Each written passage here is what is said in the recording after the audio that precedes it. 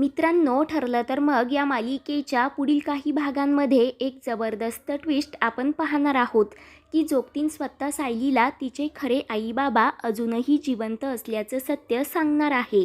त्यासाठी व्हिडिओ शेवटपर्यंत नक्की पहा। तर मित्रांनो, आत्तापर्यंत आपण पाहिलं होतं की जोगतीनीने केलेल्या भविष्यवाणीमुळे प्रिया खूपच घाबरलेली असते, कारण सायली आणि अर्जुनची जोडी लाखात एक आहे।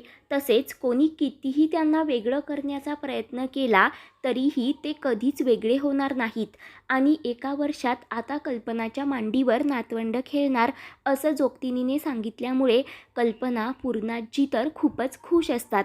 परंतु अर्जुन आणि सायली मात्र विचारात पडलेले असतात की आपलं कॉन्ट्रॅक्ट मॅरिएज असूनही कसं काय आपल्याला बाळ होऊ शकतं। तेव्हा आता कल्पना खुश होत म्हणते, जोगतीनाई, तू आम्हाला खरंच खूप आनंदाची बातमी सांगितलीस बघ। माझी हीच इच्छा आहे, तुझे हे आशीर्वाद नेहमी असेच आमच्या पाठीशी असू देत। म्हणून आता कल्पना जोगतिनीला जेवण करून जा म्हणून आग्रह करत असते। तेव्हा सायली प्रेमाने जोगतिनीला खाली बसवते, परंतु सायलीच्या मनात मात्र खूप चलबिचल चाललेली असते। ती विचार करत असते। तेव्हा ते पाहून जोगतीन सायलीला विचारते, काय ग पोरी, एवढा कसला विचार करत आहेस? तर सायली म्हणते, काही नाही, आणि लगेच तिचे डोळे पुसते। तेव्हा जोगतीन म्हणते, अगं, तू कितीही लपवण्याचा प्रयत्न केलास ना तरीही माझ्यापासून काहीच लपवून राहू शकत नाही। तुझ्या मनातील घालमेल मला कळते ग पोरी। अगं, जे सुख तुझ्याकडून लहानपणी देवाने हिरावून घेतलं आहे ना, ते सुख, आईची माया, बापाच्या शाबासकीची थाप आणि तुझ्या साथीदाराचं खरं प्रेम आता लवकरच तुला मिळणार आहे। तुझ्यापासून दूर गेलेली माणसं लवकरच आता तुझ्या जवळ येणार आहेत, कारण तुझं मन खरंच खूप पवित्र आणि निष्पाप आहे ग, हे मला माहिती आहे। तुझ्यावर कितीही मोठमोठी संकटं येऊ देत, परंतु ते सर्व पेलवण्याची ताकद तुझ्यामध्ये आहेच। कोणीच तुझं काहीही वाकडं करू शकत नाही। त्यामुळे तू घाबरू नकोस पोरी, कारण तू तर देवीला वाहिलेलं एक कोमल, सुंदर, नाजूकसं फूल आहेस। तुला काहीच होणार नाही। तुझ्या मनातील सर्व इच्छा लवकरच पूर्ण होतील। आणि जोगतिनीचे ते बोलणे ऐकून इकडे प्रियाला तर मोठा धक्काच बसतो। ती मनाशीच म्हणते की जोगतीन काय सांगत आहे?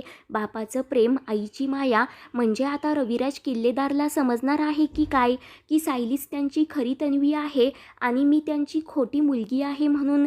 आणि आईची माया याचा अर्थ तर ती प्रतिमा अजूनही जिवंतच आहे।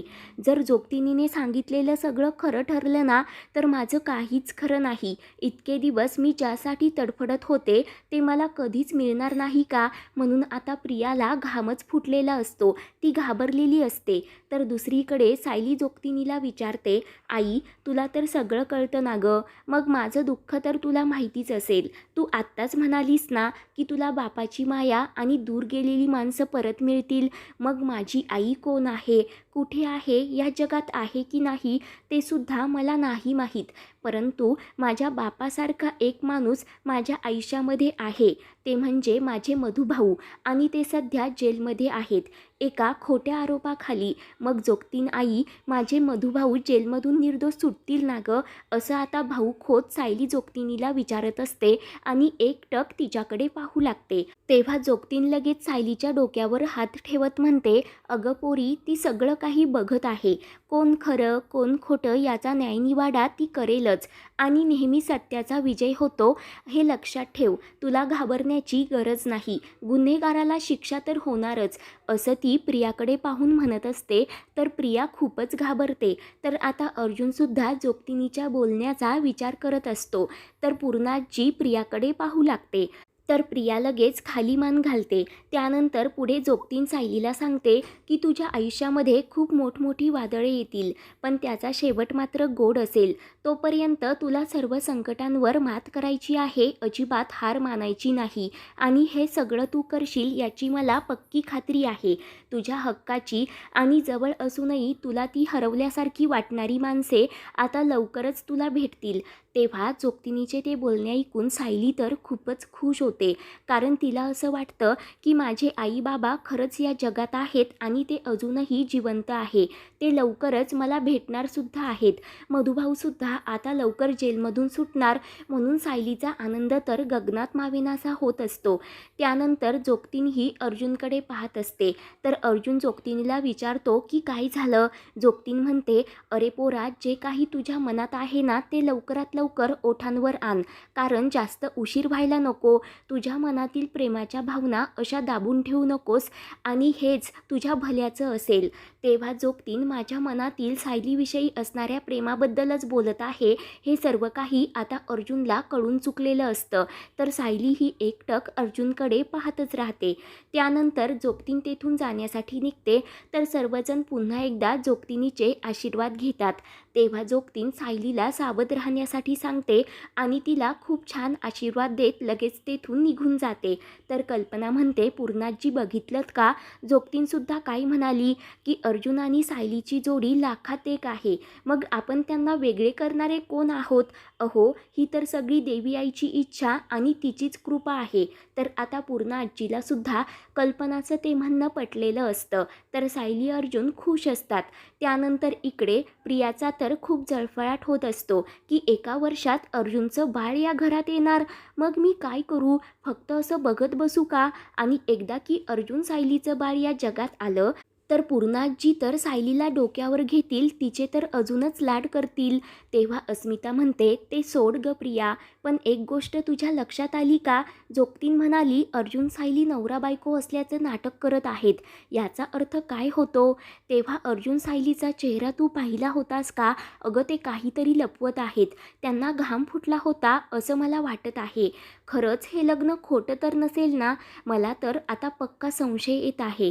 त्यावर प्रिया म्हणते, हो का, आणि तसं जर असेल ना तर आपल्याला या सगळ्याचा शोध घ्यायलाच हवा. म्हणून आता अस्मिता आणि प्रिया दोघी पण मिळून अर्जुन सायलीवर वॉच ठेवण्याचं ठरवतात आणि हे दोघे खरंच नवरा बायको असल्याचं नाटक करत आहेत, याचे काही पुरावे आता अस्मिता आणि प्रिया शोधत असतात. तर दुसरीकडे सायली अर्जुनला विचारते, अहो जोगतीन हे सगळं काय बोलून गेली. अर्जुन म्हणतो, मिस सायली, तुम्ही जास्त विचार करू नका बरं, तुमची तब्येत अजूनही ठीक नाही, ती सहज बोलून गेली असेल. तर सायली म्हणते, नाही अर्जुन सर, ती का खोटं बोलेल, मला तर खूप भीती वाटत आहे. एका वर्षात बाळ होणार म्हणजे. अर्जुन विचारतो, म्हणजे तुमचा माझ्यावर विश्वास नाही का, तुम्ही माझ्यावर संशय घेत आहात का. तर सायली म्हणते, नाही हो अर्जुन सर, पण तुम्ही बघितलंत का, या घरात पाळणा हलणार म्हणून पूर्णाजी आणि कल्पना आई तर किती खुश झाल्या होत्या. ते आईचा तर माझ्यावर किती विश्वास आहे आणि आपण त्यांचा विश्वासघात करत आहोत. मला हे अजिबात पटत नाही बघा, आणि आपण आपल्या कॉन्ट्रॅक्ट मॅरेजबद्दल सर्वांना खरं सांगून टाकायलाच हवं. अजून नाटक करणं आता मला नाही जमणार, मला खूप भीती वाटत आहे. तर सायलीचे ते बोलणे ऐकून अर्जुनला तर मोठा धक्काच बसतो. तो म्हणतो, हे तुम्ही काय बोलताय मिस सायली, अहो मी आहे ना, तुम्ही कशाला काळजी करता. परंतु सायली मात्र ऐकायला तयार नसते. तर मित्रांनो, आता पुढे काय होणार ते पाहणं खूपच रोमांचक ठरेल. पुढील भागांच्या अपडेट्ससाठी चॅनलला सबस्क्राईब करा.